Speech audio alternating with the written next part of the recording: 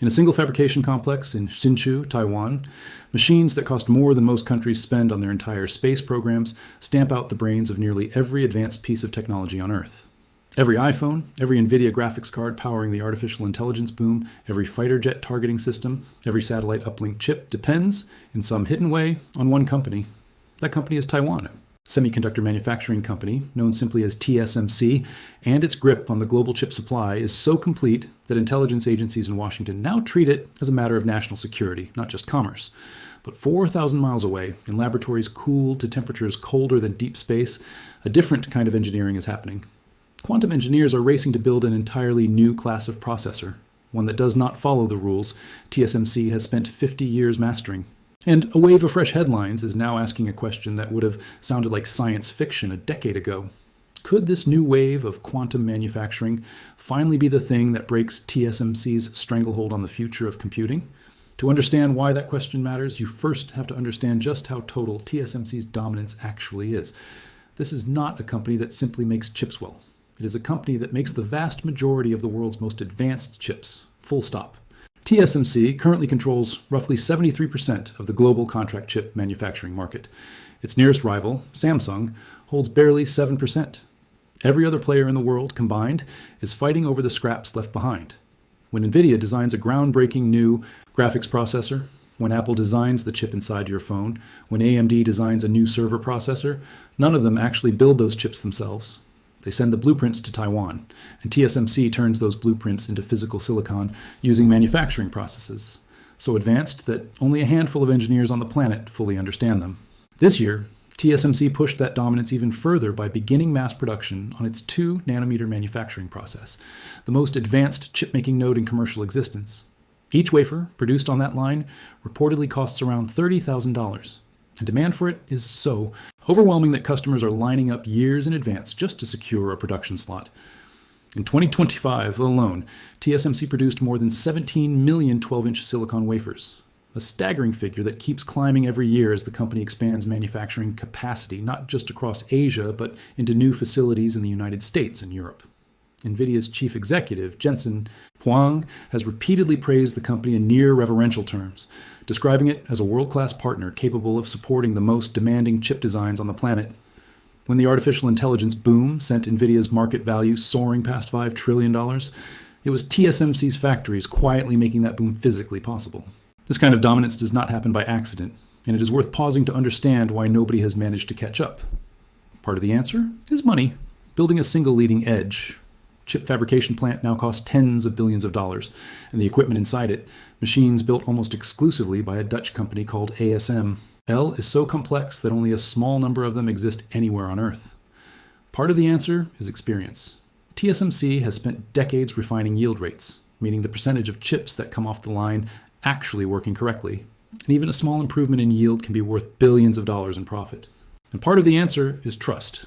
TSMC built what it calls an open innovation platform, collaborating directly with customers like Apple and NVIDIA on chip designs years before those chips ever reach the public, creating a level of lock-in that is almost impossible for a newcomer to break. That is precisely why the emergence of a credible challenger, even a distant one, becomes global news the moment it appears. And right now, two very different challenges are forming at once. The first is a conventional one, coming from a Japanese company called Rapidus. Backed by the Japanese government and a consortium of major domestic companies, Rapidus is attempting to leapfrog directly into 2-nanometer chip production, aiming to undercut TSMC's pricing by roughly 30% per wafer. It is reportedly in active talks with more than 60 potential customers. But Rapidus will not even begin production until 2027, and most industries. Analysts remain deeply skeptical that it can compete with TSMC's manufacturing experience, its yield rates, or its existing relationships with the world's largest chip designers. Even established giants like Samsung and Intel, companies with decades of manufacturing history and enormous capital reserves, have failed to meaningfully dent TSMC's market share. A newcomer trying to do the same thing on a compressed timeline faces a nearly impossible climb. It also helps to understand how TSMC got here in the first place, because the origin story explains why its position is so difficult to dislodge. The company was founded in 1987 around a business idea that sounds obvious now, but was genuinely radical at the time. Instead of designing its own chips and competing directly with giants like Intel, TSMC would manufacture chips designed by other companies, acting as a pure foundry for hire. That decision created what the industry now calls the fabless model, allowing companies with brilliant chip designs but no interest in building billion-dollar factories to simply outsource the manufacturing to Taiwan. Over the following decades, as more and more companies adopted that model, TSMC accumulated something no competitor could easily replicate: an enormous compounding library of manufacturing knowledge, drawn from working with virtually every major chip designer on the planet. Every new node, every new customer relationship, every solved manufacturing problem added another layer to a moat that now spans nearly 4 decades. The second challenge is far stranger and far more interesting, because it does not try to beat TSMC at its own game at all. Instead, it asks whether the entire game itself is about to change. This is the world of quantum computing, and in the last several months, it has quietly shifted from being a purely scientific curiosity into something that increasingly resembles an industrial race. For most of the last decade, quantum computing progress was measured almost entirely in abstract numbers, things like qubit counts and coherence times, metrics that mattered enormously to physicists, but meant very little to anyone thinking about factories, supply chains, or market share. That has now changed. 3 major announcements in the second quarter of this year alone redirected the entire conversation away from pure science and towards something TSMC understands very well: manufacturing. The most dramatic of these came when IonQ, one of the most prominent quantum computing companies in the world, moved to acquire a chip foundry called Skywater Technology in a deal worth approximately $1.8 billion. This was not a research partnership or a licensing agreement. It was an acquisition, the kind of move a company makes when it wants to control physical manufacturing capacity. Rather than simply rent it, Skywater already fabricates quantum chips for other players in the industry, including D-Wave, and it produces control chips for a company called Qualcomm, giving it relationships across 9 different quantum computing clients before the acquisition even closed. By buying a real foundry rather than building one from scratch, IonQ effectively bought itself a shortcut into the kind of vertically integrated manufacturing model that has made TSMC so powerful in the first place. Around the same time, the United States government committed $4.6 billion in new capital, specifically aimed at building out domestic quantum manufacturing capacity. 7 separate awards, ranging from $38 million to $100 million each, were distributed to a group of quantum hardware developers, including Atom Computing, Dirac, D-Wave, Inflection, PsiQuantum, Quantinuum, and Rigetti. Each award targeted a specific, narrow engineering bottleneck standing between quantum computing and real commercial scale. This is a critical detail because it signals a shift in strategy. Rather than funding pure research into how quantum computers work, the money is now flowing toward the unglamorous, expensive, and unbelievably difficult problem of actually manufacturing quantum chips reliably, at scale, with consistent yields. That is exactly the kind of problem TSMC solved for classical chips over 50 years. And it is exactly the kind of problem the quantum industry is only now beginning to seriously tackle. To understand why this matters so much, you need to understand what a quantum chip actually requires that a normal chip does not. Classical chips, the kind TSMC produces by the millions, rely on transistors that are either on or off, a 1 or a 0, and modern manufacturing has gotten almost supernaturally good at printing billions of these switches onto a sliver of silicon with near-perfect reliability. Quantum chips work completely differently. Instead of simple on-off switches, they rely on quantum bits, or qubits, which can exist in multiple states simultaneously through a property called superposition. This is what gives quantum computers their theoretical power, the ability to explore many possible solutions to a problem at once rather than working through them one at a time. But that power comes at an enormous physical cost. Qubits are extraordinarily fragile. The slightest vibration, the faintest stray electromagnetic signal, even tiny fluctuations in temperature can destroy the delicate quantum state a qubit depends on, a phenomenon engineers call decoherence. This fragility is precisely why quantum manufacturing looks nothing like a normal chip factory. Superconducting qubits, the most widely adopted approach right now, need to be cooled to temperatures colder than the depths of outer space, often just a fraction of a degree above absolute zero, using specialized refrigeration systems called dilution refrigerators. These refrigerators, along with the helium-3 gas needed to run them, are themselves in short supply, and industry analysts now describe access to cryogenic cooling infrastructure and advanced packaging capacity as one of the single biggest bottlenecks standing between quantum computing and true commercial scale. It is a strange inversion of the normal chip industry, where the biggest challenge is usually about printing smaller and smaller transistors. In quantum computing, the challenge is often about keeping an incredibly delicate physical system stable enough to do useful work at all. And superconducting qubits are only one of several competing approaches, which is itself a sign of how early this industry still is. Trapped ion systems use individually charged atoms, suspended and manipulated with lasers, offering extremely high accuracy per operation, but historically slower scaling. Photonic systems, championed by companies like PsiQuantum and Xanadu, encode information in particles of light itself, an approach that in theory could operate at closer to room temperature and integrate more naturally with existing chips, manufacturing techniques. Neutral atom systems, pursued by companies like Quera, use grids of individually trapped atoms and have shown the ability to scale to very large qubit counts with flexible connectivity between them. And then there is silicon spin qubit technology, the approach Intel has been quietly developing under the name Tunnel Falls, which encodes quantum information in the spin state of individual electrons trapped inside conventional silicon. This last approach is particularly interesting for our story because it uses much of the same manufacturing infrastructure that already exists for classical chips, meaning it could, in theory, ride on the coattails of decades of silicon fabrication expertise rather than requiring an entirely new industrial ecosystem built from scratch. The honest reality, and this is important, is that as of right now in the middle of 2026, no single one of these approaches has established itself as the clear winner. This is not a story of stalled progress, but of genuine unresolved uncertainty about which physical platform will ultimately prove capable of scaling into something economically useful. Superconducting qubits currently lead in terms of raw qubit counts and industry adoption, largely because companies like Google, IBM, and Rigetti built early.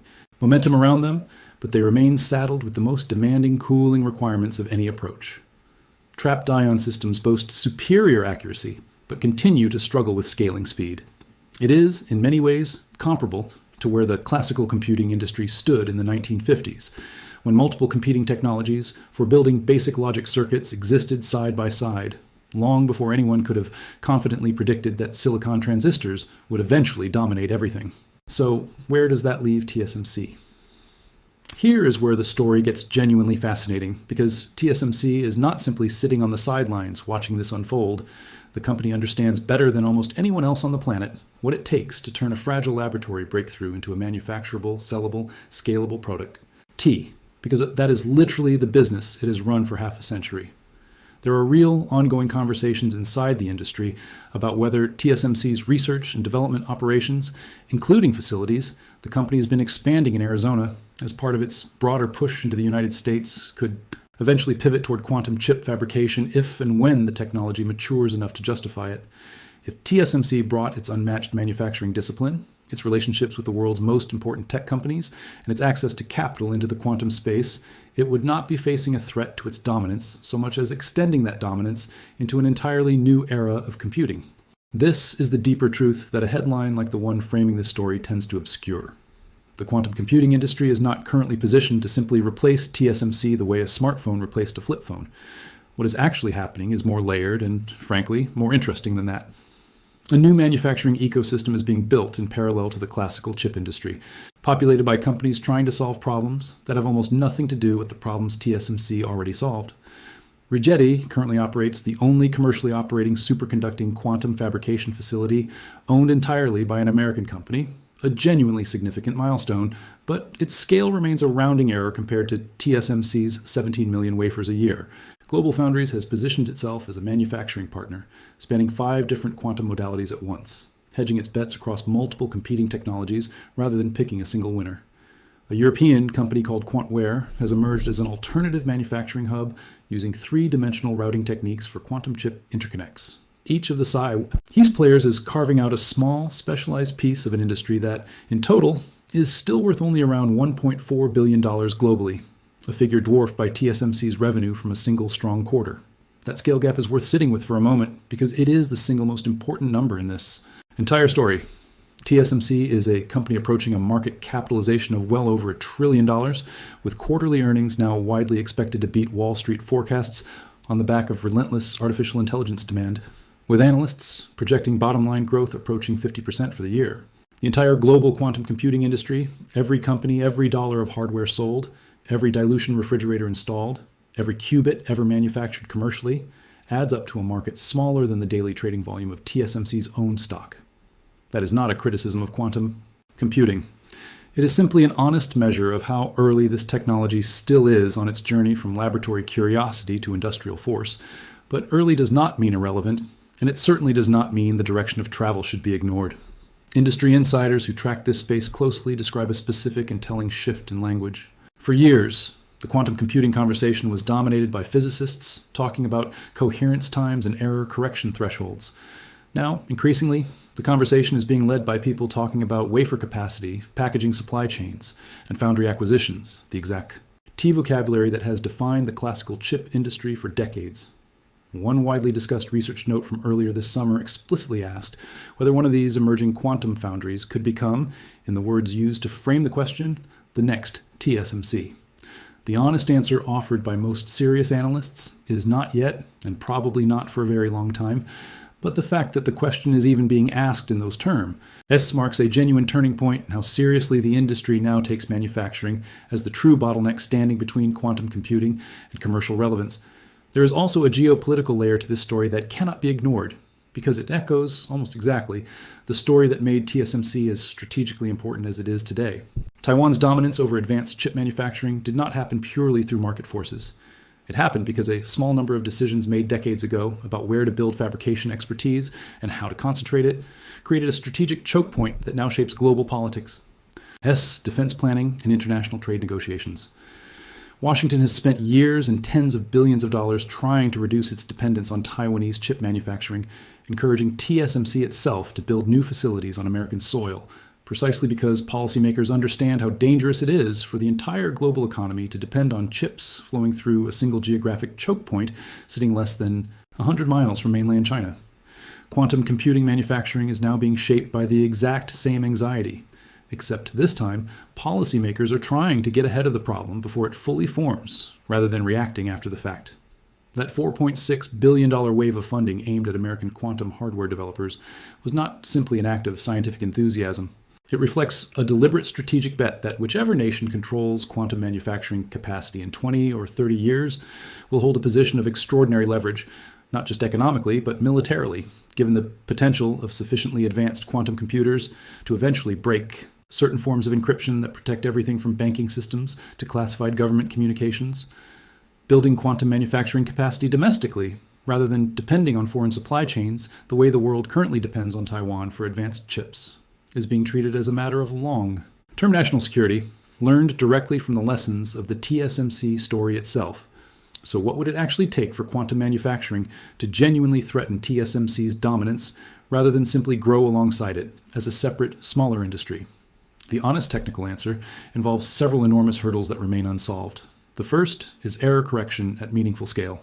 Because qubits are so fragile, useful quantum computers need to combine many physical qubits together into fewer, more stable logical qubits, capable of correcting their own errors in real time. IBM, one of the most aggressive players in this space, has publicly stated its intention to demonstrate a genuine quantum advantage by the end of this year, with a goal of reaching a fully fault-tolerant quantum computer by 2029.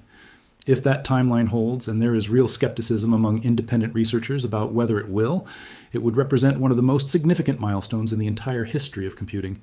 The second hurdle is manufacturing yield, the same unglamour metric that made TSMC so dominant in the classical chip world.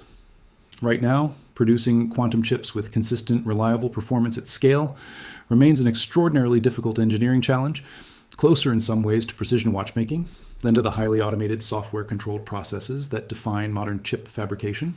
Until quantum chip manufacturers can achieve yield rates that make mass production economically viable, the industry will remain a collection of specialized, relatively small-scale operations, rather than anything capable of rivaling TSMC's factory floors. The third hurdle is packaging and integration, the unglamorous but absolutely critical work of connecting delicate quantum processors to the classical control systems needed to actually operate them. A quantum computer is not simply a chip sitting on a table. It is an enormous, room-sized system of cryogenic refrigeration, precision wiring, and classical control electronics, all working in concert to keep a handful of qubits stable long enough to perform useful calculations. Shrinking that footprint, reducing its cost, and making it reliable enough for commercial deployment outside of specialized research labs is arguably as difficult as the quantum physics itself. And the fourth hurdle, often underestimated, is simply capital patience. TSMC's dominance was built over 5 decades of consistent compounding investment, a level of long-term commitment that is genuinely rare in any industry. quantum computing companies, many of them still burning through venture capital and government grants without meaningful revenue, need investors and governments willing to fund years, possibly decades of continued development before the technology reaches the kind of scale that could meaningfully challenge established players like TSMC. History suggests that transformative technologies often take far longer to reach commercial maturity than their earliest champions predict. And quantum computing has already spent decades in that exact position, moving steadily but slowly from theoretical physics toward practical engineering. It is also worth understanding how this funding fits into a broader pattern that has been building for years, largely outside the spotlight that classical chip manufacturing enjoys. State-level initiatives have begun popping up across the United States, specifically targeting quantum engineering talent and infrastructure. Illinois, for example, launched a $3 million fund aimed specifically at attracting federal quantum research projects and the engineering talent that comes with them, a small but telling sign that regional governments are now competing for quantum manufacturing jobs the same way they once competed for automobile plants or semiconductor fabs. Internationally, the competition looks similar. A European quantum hardware company recently announced plans to build a new production facility in Munich worth over 150 million euros, while simultaneously doubling its engineering workforce to meet rising demand from established semiconductor manufacturers looking to explore quantum integration. In Singapore, government-backed accelerator programs are now funneling direct capital and hardware access to early-stage quantum startups, hoping to establish the city-state as a regional hub before the technology matures. None of these individual moves is large enough to threaten TSMC on its own. But taken together, they paint a picture of a global industry quietly preparing for a technological shift that most people have not yet noticed, the same way very few people paid attention to Taiwan's semiconductor ambitions back in the late 1980s, right up until the moment the rest of the world suddenly could not function without it. There's also a quieter but equally important story playing out among the classical chip manufacturers themselves, who are not ignoring quantum computing so much as hedging against it. Tower Semiconductor, an established foundry with decades of analog chip manufacturing experience, has deepened its partnership with a photonic quantum computing company called Xanadu, working together on advanced silicon photonics designed specifically for fault-tolerant quantum systems. That partnership has already produced multiple successful joint test manufacturing runs, refining Xanadu's designs on Tower's existing production lines rather than building an entirely separate quantum-specific factory from the ground up. It is a strategy that looks remarkably similar to what TSMC itself might eventually pursue if quantum manufacturing demand grows large enough to justify dedicating existing fabrication capacity to it, using proven manufacturing infrastructure as a bridge into an unproven but potentially transformative new market, rather than betting everything on a technology that might take another decade or more to mature. Put all of these pieces together, and a clearer picture emerges than the one suggested by a dramatic headline promising an imminent end to TSMC's empire. What is actually happening right now is not a breakthrough that threatens to topple TSMC overnight. It is the early foundational construction of an entirely parallel manufacturing ecosystem, one built around a fundamentally different kind of computing, populated by companies making genuinely significant strategic moves backed by billions of dollars in fresh capital, and increasingly speaking the language of industrial manufacturing rather than pure laboratory science. TSMC's actual dominance over classical chip manufacturing remains, by every available measure, as strong today as it has ever been, with record wafer output, record demand from artificial intelligence customers, and a market position that no competitor, classical or quantum, currently comes close to threatening. But dominance built on one technological paradigm has never proven permanent across the sweep of history. The people building quantum manufacturing capacity today are betting, with real money and real engineering talent, that computing itself is entering the earliest stages of its next major transition. Whether that transition arrives in 5 years, 15 years, or several decades remains genuinely unknown, and anyone claiming certainty in either direction is overselling what the current evidence actually supports. What is certain is that the world's biggest technology companies, its most ambitious investors, and increasingly its most powerful governments are no longer treating quantum computing as a distant scientific curiosity. They are treating it as the next great industrial race, one being fought not just in physics, laboratories, but in foundries, funding rounds, and acquisition deals that increasingly echo the exact strategic playbook that built TSMC into the most important company most people have never heard of. The empire in Hsinchu is not falling, but for the first time in a generation, serious people with serious capital are building the tools that could, eventually, force it to share the throne. For anyone watching this space closely, the smartest approach is probably not to search for a single dramatic breakthrough moment, the kind that makes for an irresistible headline but rarely reflects how transformative technologies actually unfold in the real world. Real technological shifts tend to arrive quietly through a long accumulation of unglamorous engineering progress, funding rounds, acquisitions, and manufacturing milestones that only look inevitable in hindsight. The transistor itself took decades to move from a laboratory curiosity at Bell Labs into the foundation of modern computing. And even TSMC, the company now synonymous with chip manufacturing dominance, spent years building credibility before the rest of the industry fully committed to the fabless model it pioneered.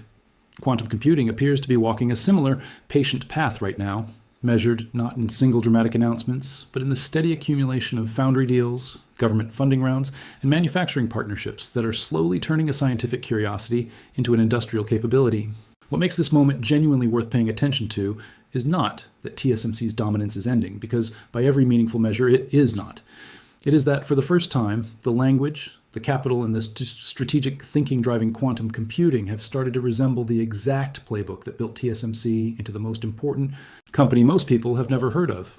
Whoever eventually masters quantum manufacturing at real scale, whether that turns out to be an established giant like TSMC, extending its reach into a new paradigm, or an entirely new company built from the ground up around quantum physics, will inherit a position of extraordinary strategic importance. The race toward that outcome has only just begun, and the next several years of foundry acquisitions, government investment, and manufacturing breakthroughs will likely determine who gets there first.